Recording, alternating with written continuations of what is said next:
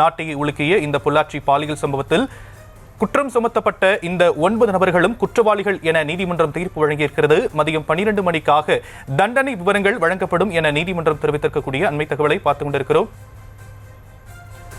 இதுகுறித்து பேசுவதற்காக கவிஞர் சல்மா திமுகவிலிருந்து நம்மோடு இணைப்பில் இருந்திருக்கிறார். மேம், இணைப்பில் வந்தமைக்கு நன்றி. இந்த தீர்ப்பை நீங்க எப்படி பார்க்கிறீங்க? அது இல்லாம இந்த குற்றவாளிகள் என சுமத்தப்பட்டிருக்கக்கூடிய 9 நபர்களும் வயதை காரணம் காட்டியிருக்கிறாங்க. தங்களுடைய பெற்றோர்களுடைய வயதை காரணம் காட்டி லீனியன்ஸ் கேட்டிருக்கிறதா நீதிமன்றத்தில் சொல்லப்பட்டிருக்கக்கூடிய நிலையில உச்சபட்ச தண்டனையா என்னென்ன வழங்கணும்? உங்களுடைய கருத்து என்ன? தமிழ்நாடு போன்ற ஒரு ப்ரோக்ரெசிவான ஸ்டேட்ல இவ்வளவு ஒரு மோசமான ஒரு சம்பவம் நடந்துங்கிறதே அவமானகரமான ஒரு செய்தியாக தான் நான் பார்க்குறேன்.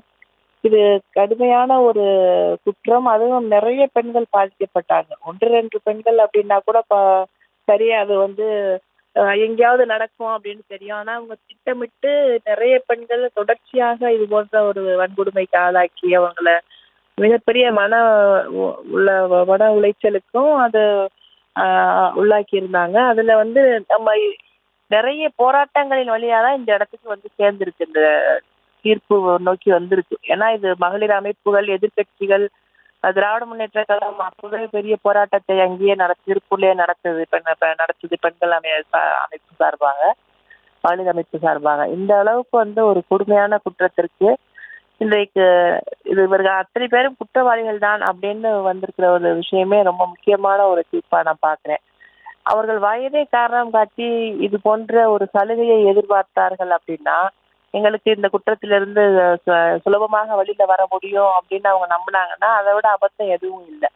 ஏன்னா இதெல்லாம் அவங்களுக்கு தெரிஞ்ச ஒரு விஷயம்தான். தன்னுடைய பெற்றோர்களுடைய வயதோ அல்லது தன்னுடைய எதிர்காலம் குறித்தோ அவர்களுக்கு கொஞ்சமாவது அக்கறை இருந்துச்சு அப்படின்னா, ஒரு சிறிதளவு மனசாட்சியோடு அவங்க இருக்கணும்னு நினைச்சிருந்தாங்கன்னா இத்தனை பெண்களுக்கு இவ்வளவு பெரிய குற்றத்தை, தீங்கை அவங்களால விளைவிச்சிருக்க முடியாது.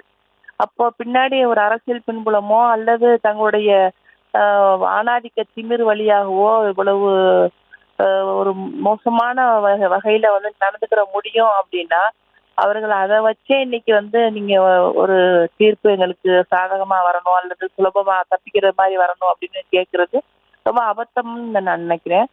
இவ்வளவு போராட்டங்கள், இத்தனை வருட கால தாமதம் எல்லாத்தையும் தாண்டி இன்றைக்கு ஒரு நல்ல தீர்ப்பு வந்திருக்கு.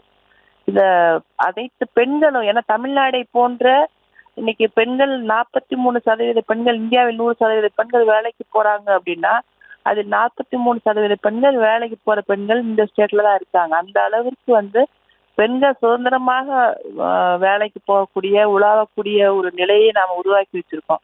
ஆனால் ஒரு சிலருடைய இந்த மோசமான நடவடிக்கையின் வழியாக ஒரு மிகப்பெரிய பாதிப்பை ஒரு அவமானகரமான விஷயமா தான் நான் பார்க்கிறேன். ஒரு பெண்களுக்கு மோசமான விஷயத்தை நடத்தி இருக்க முடியும் அப்படின்னா அவர்கள் இன்னும் கடுமையான தண்டனை எதுவோ அதுதான் அவங்களுக்கு தரப்பட வேண்டும் என்று நான் நினைக்கிறேன். கடும் போராட்டத்திற்கு பிறகு நம்ம இந்த இடத்தை நோக்கி சேர்ந்திருக்கோம். இப்ப இவங்களுக்கு சில ஒரு சலுகைகள் ஏதாவது வழங்கப்பட்டால் இந்த குற்றங்களிலிருந்து அவங்க தான் செஞ்சது தவறு அப்படிங்கிற உணர்வு அவங்க போறதில்லை. அப்புறம் எளிதாக வெளியில வந்துட முடியும்னு தொடர்ச்சியாக யார் வேணுமானாலும் இந்த குற்றங்களையும் நிகழ்த்தி விட முடியும் அப்படின்னு ஒரு மனநிலைக்கு வந்துருவாங்க. இந்த குற்றவாளிகள் தண்டிக்கப்படுவது மிகச்சிறந்த உதாரணமாக இருக்க வேண்டும். இனி பெண்களை தொடக்கூடாது, பெண்கள் மீது மோசமாக நடந்து கொள்ளக்கூடாது அப்படிங்கிற ஒரு பொது கருத்தை உருவாக்கணும். ஒவ்வொருத்தருக்கும் ஒரு பயத்தை உருவாக்க வேண்டும் அப்படின்னு நான் நினைக்கிறேன்.